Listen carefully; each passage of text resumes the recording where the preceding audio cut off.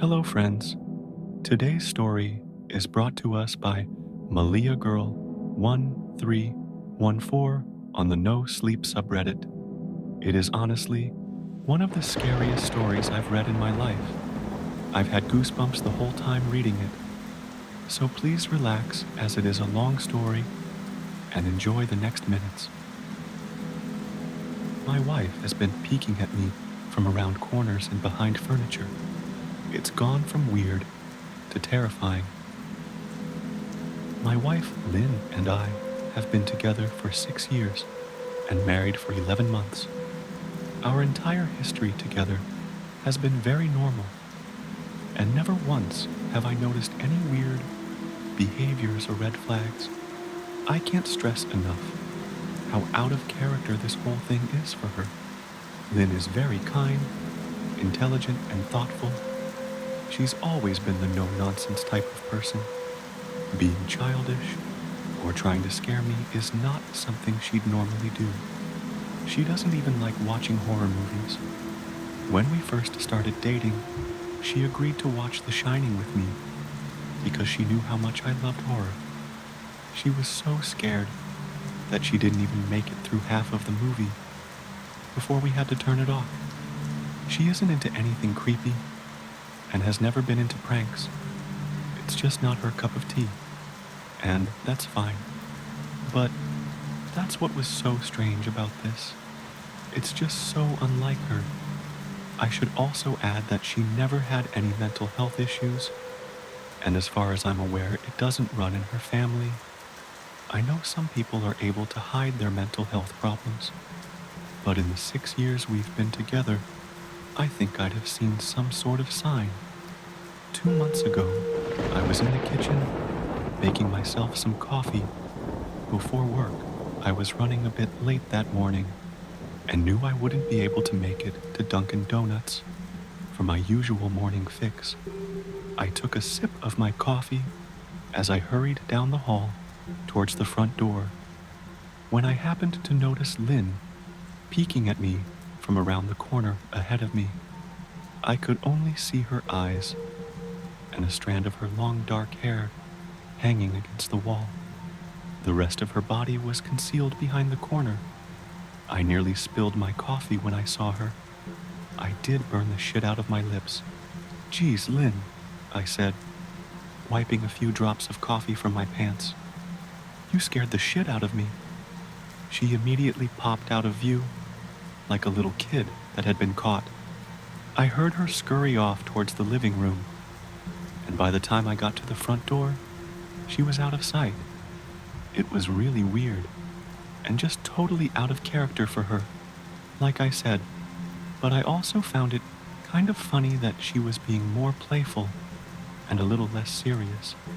I shouted that I loved her and called her a weirdo. As I shut the door behind me, I heard her laughing.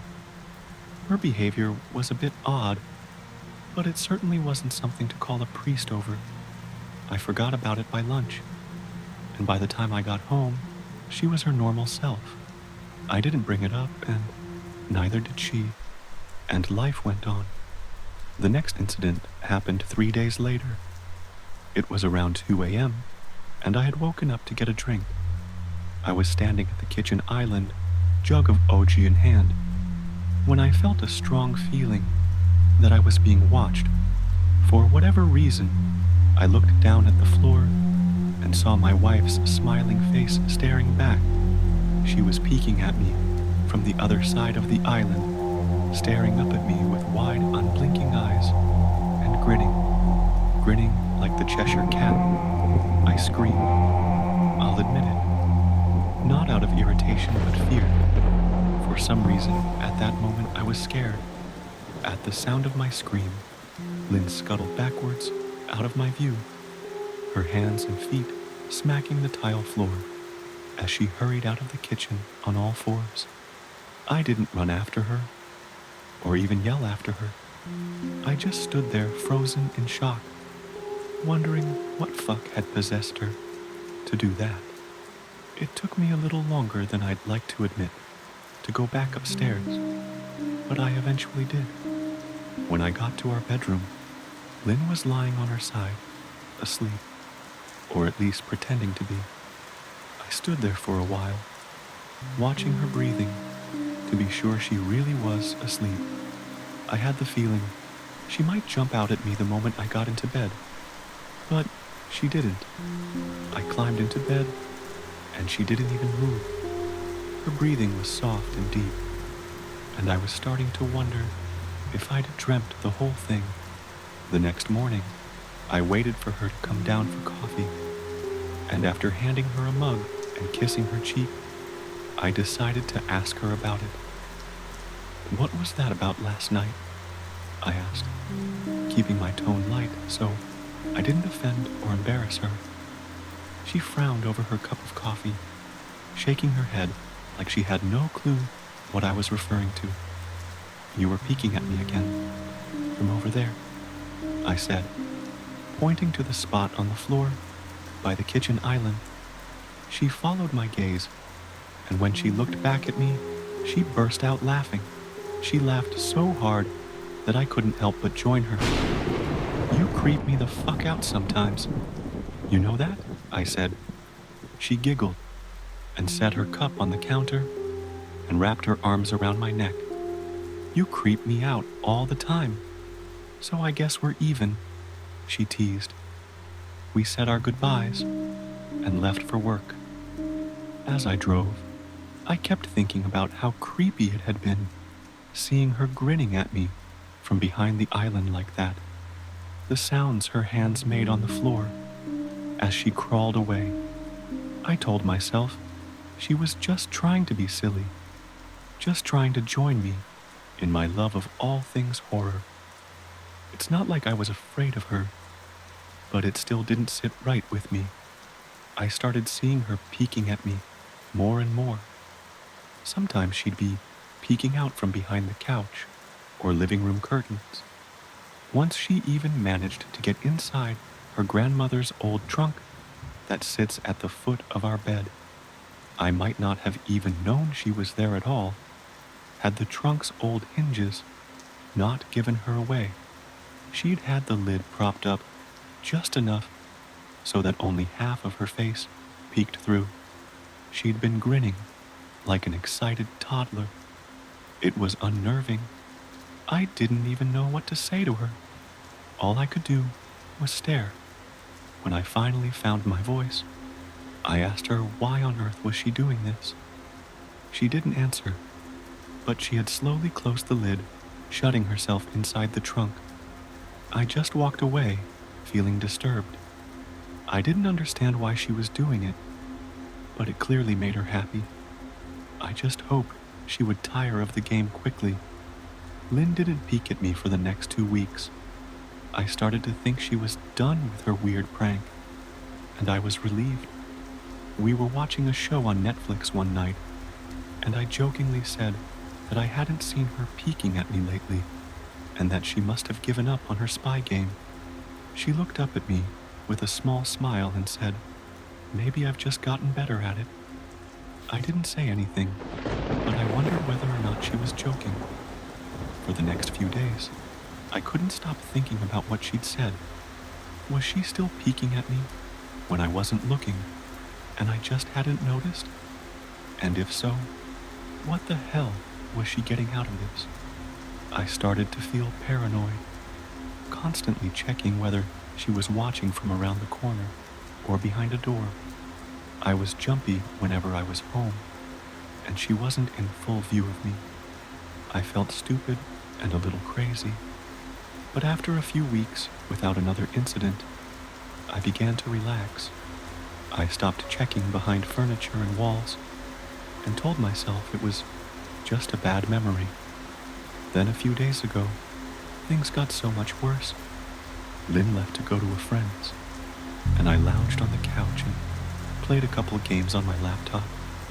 Around 9 p.m., I hopped in the shower, and as I was washing the soap from my hair, I felt that awful feeling that I was being watched. I slowly opened my eyes and almost had a fucking heart attack. Lynn was peeking from behind the shower curtain, her entire head stretched into the shower, leaving just her body outside. Her long dark hair hung against the curtain, the ends dripping with water.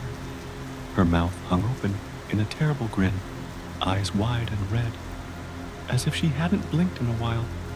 I screamed and jumped back against the wall.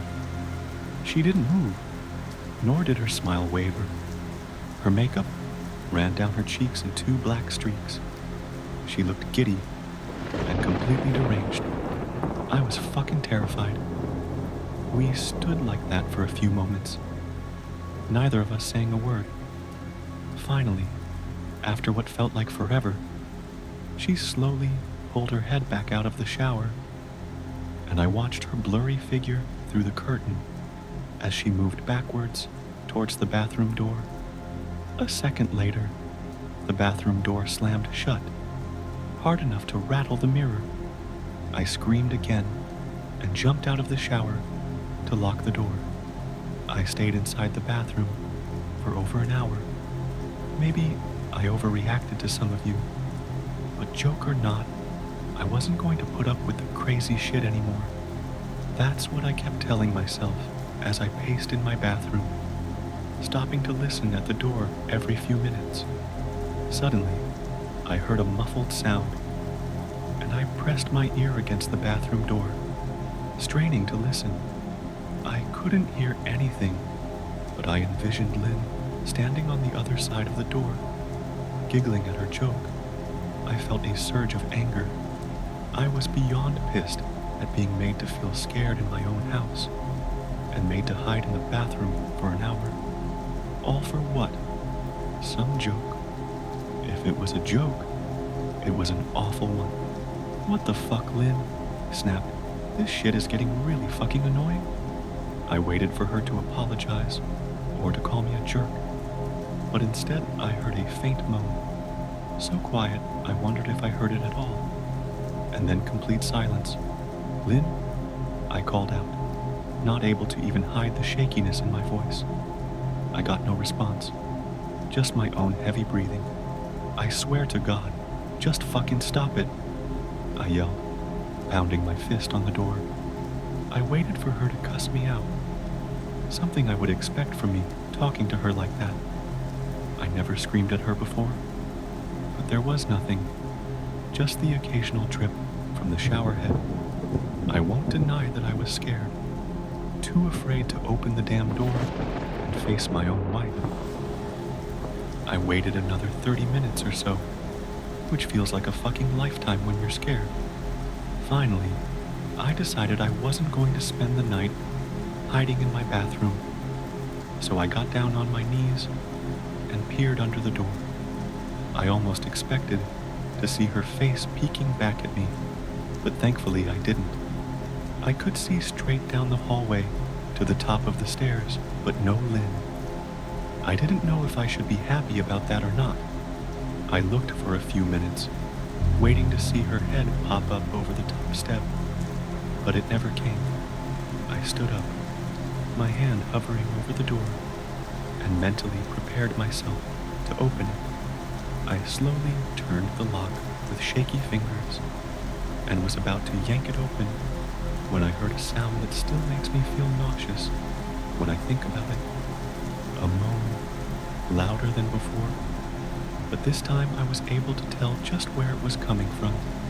I turned my head to the closet door, as if in slow motion, and locked eyes with my wife, who was peeking out at me from the slight gap. Her eyes were still wide as ever, and her mouth was hanging open in the most grotesque, gaping smile I've ever seen. I didn't even scream. I was too scared for even that. Her hands were clasped to her chest, body trembling with sheer delight, as if she could barely contain her excitement. Short, raspy moan bubbled up from her throat, deep and raw, sending a shiver through my entire body. Somehow, I found the ability to pull the bathroom door open and ran as fast as I could all the way down the steps, snagging my keys and phone from the table in the living room before running outside to my car. I could hear her shrill laughter behind me, but I didn't hear her getting closer. I didn't bother shutting the front door. I drove away from the house faster than I legally should have, shivering the entire time, either from fear or the cold, maybe a little of both. I hadn't grabbed a coat or even a pair of shoes. I was still in my boxers, and my hair was still damp. I drove straight to my brother Chris's house, about 40 minutes away, ignoring any and every call and text I got. I didn't check my phone until I was safely parked in my brother's driveway. Lynn had called 4 times and sent a flurry of texts, all wondering where I'd gone and why I left like that. I threw my phone at the dash in a rage, furious at her nonchalant attitude. My brother and his wife were surprised to see me, especially dressed in just a pair of boxers, but told me to stay as long as I needed. Chris lent me some clothes and asked me what happened. I told him Lynn and I had a fight, but didn't get into the details. I didn't want him to think I was overreacting, leaving my wife over a prank, even if it was a strange one. I mean, hadn't I encouraged her for years to lighten up, instead of being so serious all the time? I had wanted her to relax and loosen up, but this was definitely not what I'd had in mind. I tried to sleep on their sofa, but my brain wouldn't let me sleep. Every time I closed my eyes, I saw Lynn's face staring at me from inside the closet. Knowing she'd been in there with me the entire time made my skin crawl. She'd never left the fucking bathroom at all. Instead, she slipped inside the closet and slammed the bathroom door shut to fool me. The mere thought of going back home gave me anxiety. I tossed and turned, unable to sleep. Chris ended up giving me a sleeping pill, so I was able to get a little rest. My sleep was filled with terrible dreams, all of Lynn's smiling face. I woke up just as the sun started to rise. My sore body ached from the sofa, and I felt drained. I knew I'd have to call Lynn at some point, but I didn't know what to say to her. I wouldn't be going home unless she gave me her word she'd never do any more creepy shit. I just wanted my wife back. Her normal, serious self never looked so good to me. I was contemplating calling her and telling her that when that familiar feeling came over me, I was being watched. I was staring at the ceiling, my heart in my throat. I didn't want to look away, but the longer I ignored the feeling, the worse it got. My eyes drifted away from the ceiling, almost on their own. Her face was pressed up against the window beside the couch, staring down at me with that same gaping smile. Drool dribbled down her lips, leaving 2 long streaks down the glass. I didn't know how long she'd been there, but something told me she'd been there quite a while, possibly all night. I didn't bother screaming, though I was afraid anger trumped any fear I felt at that moment. I jumped up from the couch and pounded my palm against the glass. "Lynn, are you crazy? What the hell is wrong with you? Just go home," I shouted. "Now!" She didn't move, and her ghastly expression never changed. If anything, her smile only grew, as if she had never been more elated. I could hear Chris and his wife moving around upstairs, as if Lynn could hear them from her place outside. Her head twitched slightly in their direction, and she began to close her mouth slowly. Chris called my name from upstairs, obviously concerned. I turned to see him and his wife Rebecca hurrying down the steps. When I turned back to the window, Lynn was gone. The only sign she'd been there at all was the 2 streaks of drool still dripping down the glass. I tried explaining to Chris and Rebecca about waking up to see Lynn watching me through their window. They were skeptical. Who wouldn't be? Chris and I went outside to the spot in front of the window, but there were no footprints in the dirt, just a slight indent. Animal, probably, Chris guessed. And I didn't argue. He and Rebecca assumed I dreamt the entire episode, but they didn't understand, and I was too tired to explain it to them. I called out of work that day and turned my cell off. I didn't want to face Lynn. Just talking to her was too much for me at that point. I really started to believe something was irreversibly wrong with her, that no matter what promises she made, we'd never be the same again. The thought saddened me to my core. I cried most of the morning. By noon, I figured I was ready to confront her, give her one last chance to explain herself. I could at least give her that. After 6 years, I told myself. I turned my phone on and saw the dozens of texts she'd sent, all from a seemingly concerned wife. Can we talk? I love you. Please call me. I'm really worried. Can you answer? Just come home. And more of the same. All texts telling me she loved me and she wanted me home. How worried she was. Not a damn one addressing the crazy shit she pulled. Like she hadn't been acting like a character from a Stephen King book. Even her texts were different. She normally texted novels just to tell me to pick up a loaf of bread.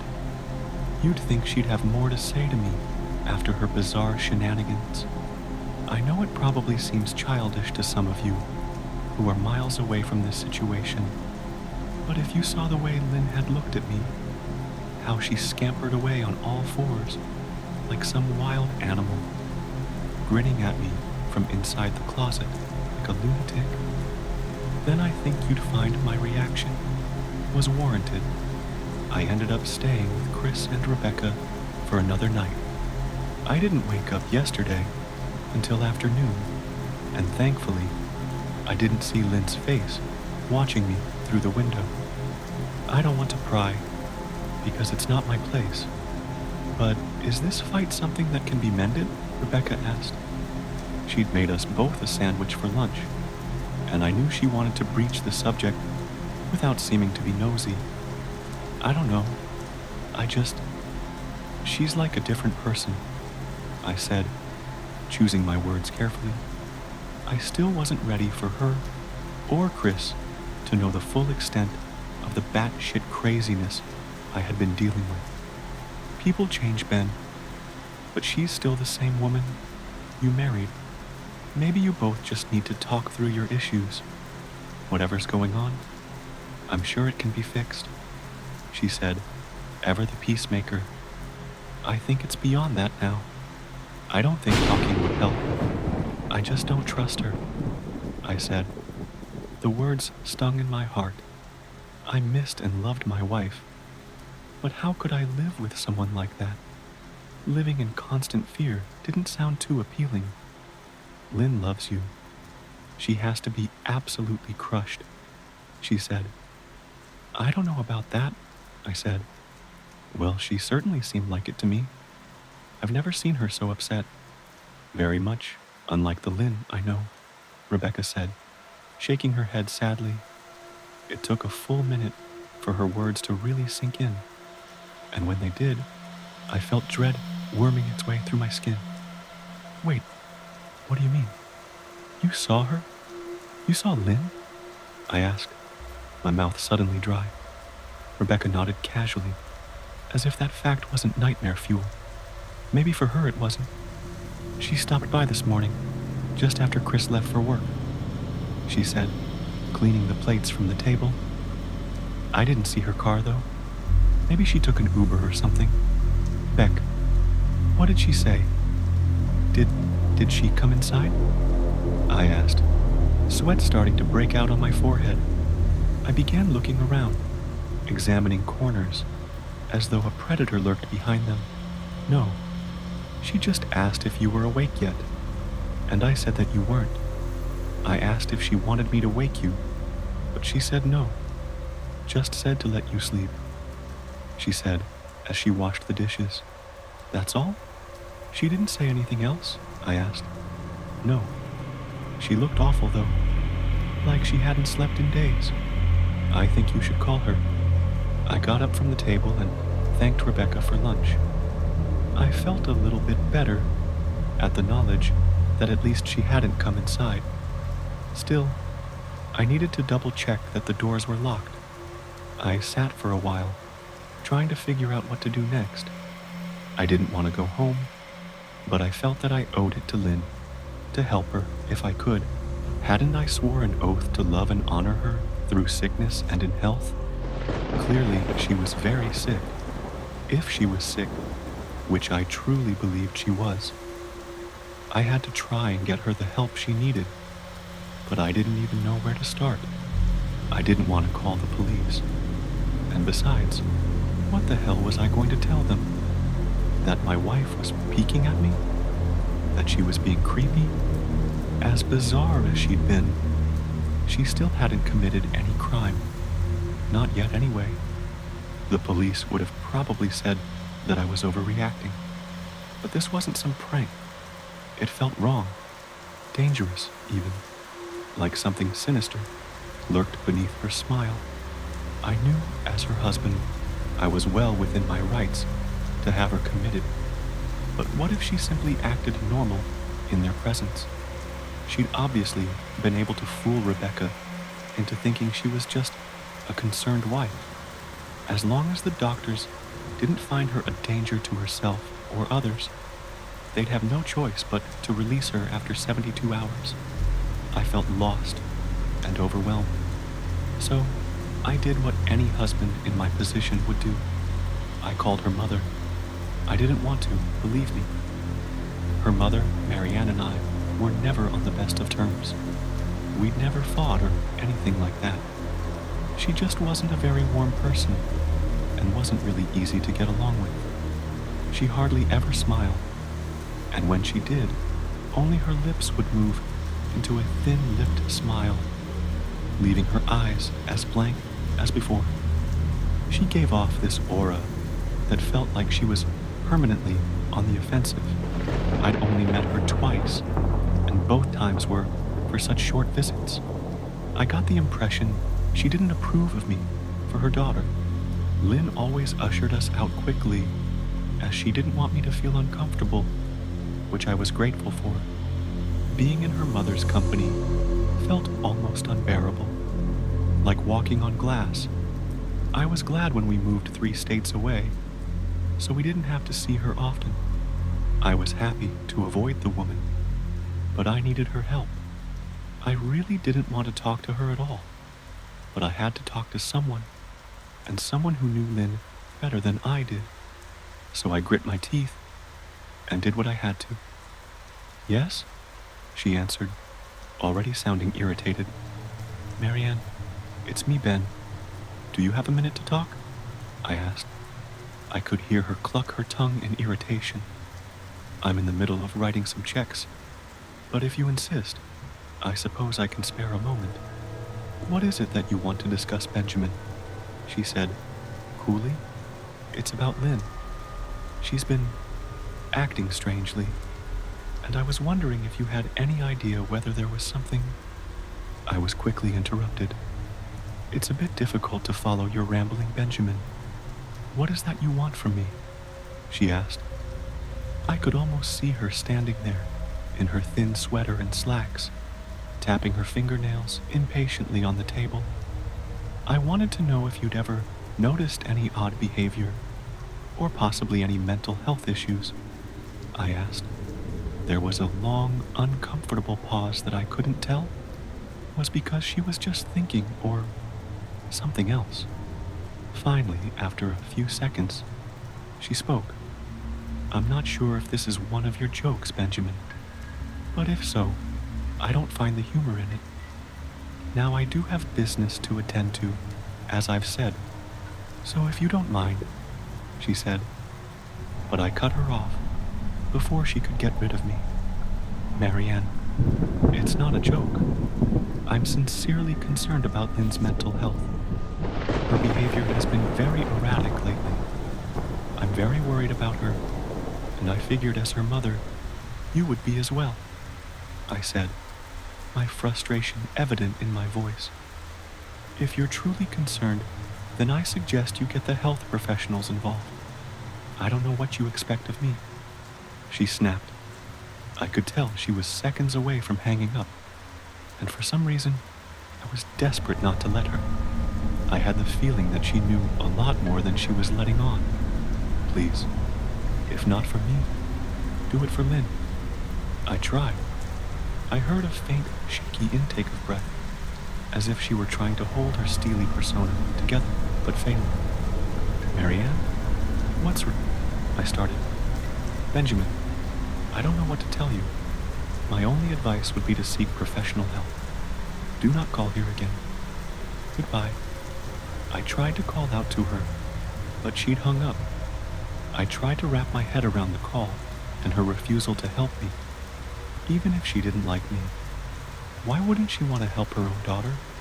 I couldn't understand that. I tried to replay the conversation, desperate to find something I missed.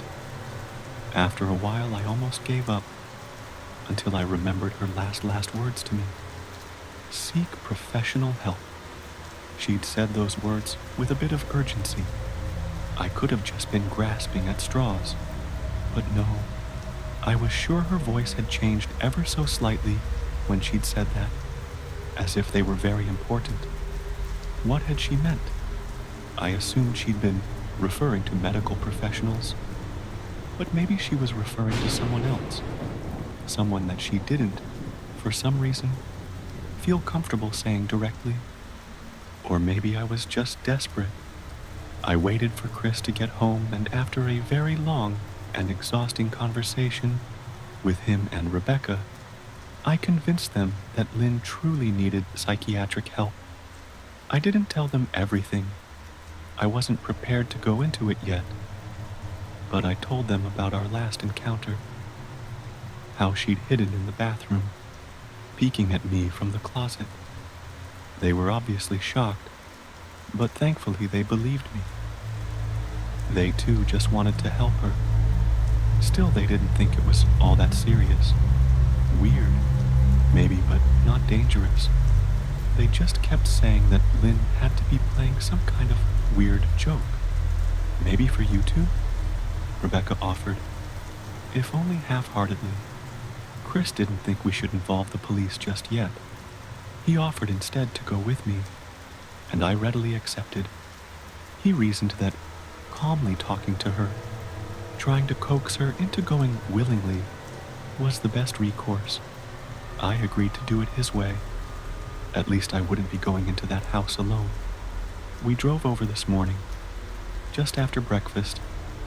There was no way I was going at night. When we pulled into the driveway, my stomach began doing somersaults. Her car wasn't there, but I still didn't let my guard down. The front door was ajar, and for a split second, I thought we'd see her eyes staring through the gap. I was shaking and starting to sweat. Chris, however, was fine. He waited for me to open the door, his hands in his pockets, like he was going on a fucking stroll through the park. I envied his ignorance. I pushed the door open and was immediately hit with the stench of rot. Chris smelled it too, and he walked in the house behind me with his nose scrunched up. What do you guys use to clean the floors around here, shit? Chris mumbled. Shut up, I said, my eyes darting around for any signs of Lynn. The house was deadly quiet and dark, despite being 10 in the morning. All the curtains were closed up tight, refusing to allow any sunlight inside. If I hadn't left it just 2 days prior, I'd have thought the house to be abandoned. We moved through each room, carefully checking any place that she might hide, occasionally calling her name. Why the fuck are you looking under the couch? Chris asked eventually. Aren't we looking for your wife? He was looking at me like I was a moron. Let's just go upstairs, I whispered.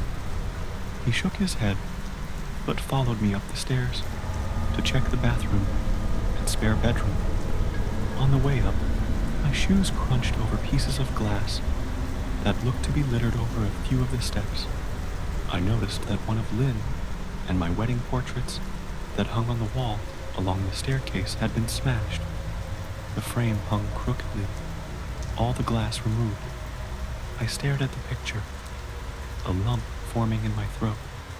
We had taken the photo just after leaving the church, after saying our vows. She looked so beautiful in her white gown. I looked at Lynn's beautiful face. I never dreamed her face would ever be a source of terror for me.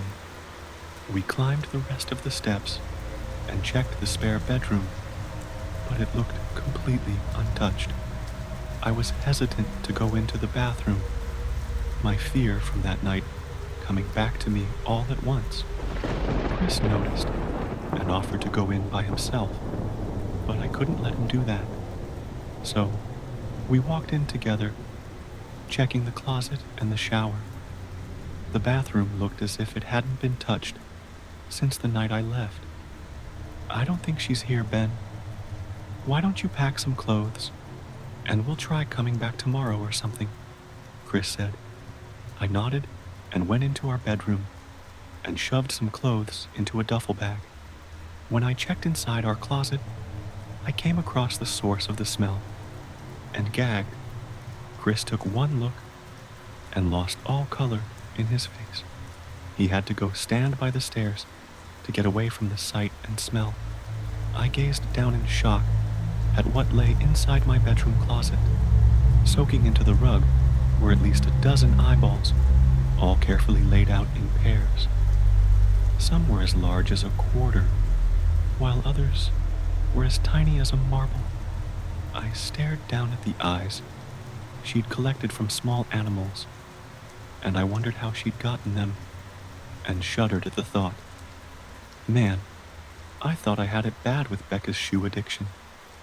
But fuck me, your wife's in here collecting eyeballs, Chris said, gagging. Ben, I think we should go. He called from the hall.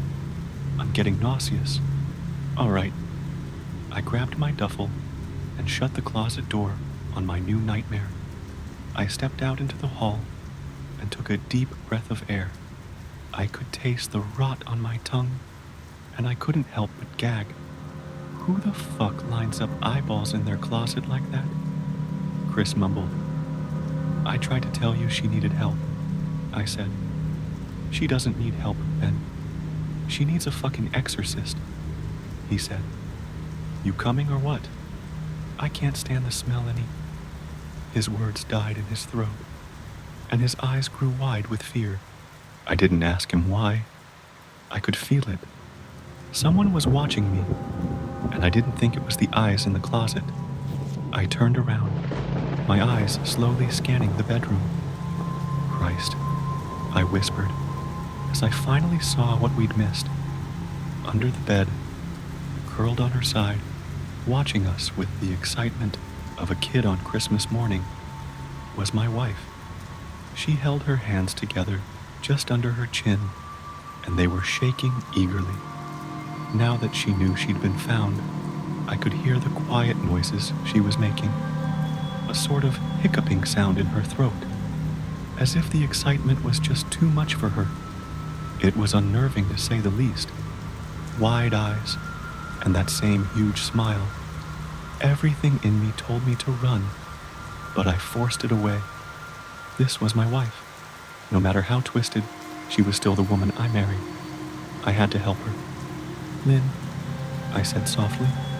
She didn't respond, but her head bobbed back and forth in two quick little movements, as if she were nodding. Baby, I just want to help, okay? Can you let me do that? I asked. I had taken a single step forward, approaching her like some kind of dangerous animal. I love you, Lynn, I said softly, taking another step closer. She let a tiny moan escape her wide open mouth, and I had to resist the urge to run. Her shoulders were starting to quiver, and her eyes grew as large as saucers. I crouched down so I could see her better, and immediately saw the blood. Her hands were covered in it. They trembled more the closer I got, as if she was barely able to contain herself. "Lynn, are you hurt? You're bleeding," I said. She bobbed her head again, her bloody fingers moving up and down as if playing an invisible piano. They occasionally grazed her chin, leaving smears of blood on her skin. I wanted to recoil in disgust. The smell that was coming off of her was revolting. I could feel the vomit trying to climb up my throat. Her lips were dry and stretched thin, blood seeping between the cracks.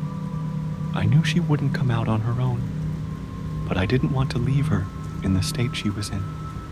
I scooted closer and reached out to her. The excited hiccuping sounds got louder, and her hands shook, fingers flexing. It was then that I could see the blood oozing from in between her fingers. "Oh my God, Lynn, you're bleeding," I said. Instinctively, I reached out to take her hand, but before I could even touch her, her hand sprang out towards me. A sharp pain shot through my arm, and I fell back on my ass. My arm burned, and I could see the blood dripping down onto the carpet. I looked back at her in shock and saw her grinning madly, her fingers clutching a large shard of glass. "You all right in there?" Chris asked from behind me. I turned my head slightly and nodded to him, cradling my arm to my chest. When I turned back to face Lynn, I saw that her focus had shifted. She wasn't looking at me anymore, and she wasn't smiling anymore either. She was staring past me, her eyes glaring at Chris, the way a hungry lion might stare at an antelope. Her mouth was still hanging open, but it was twisted into a snarl. I got to my feet and began walking backwards down the hall, afraid to take my eyes off her. "Are you bleeding?" Chris asked. The moment the words left his mouth, Lynn started fast scooting out from under the bed, the glass shard still in her fist. "Chris, run, go," I yelled. He must have been too afraid to move, because a second later, I felt my back bump into him. He was still standing at the top of the stairs, staring at the horror that was my wife. Lynn had crawled completely out from under the bed and stood in the bedroom doorway, her face twisted in rage. Her whole body was visibly tense. Blood ran down her fingers and onto the floor. "Jesus, Lynn," Chris said. You, playing hide and seek?" I reached back and pushed him towards the steps.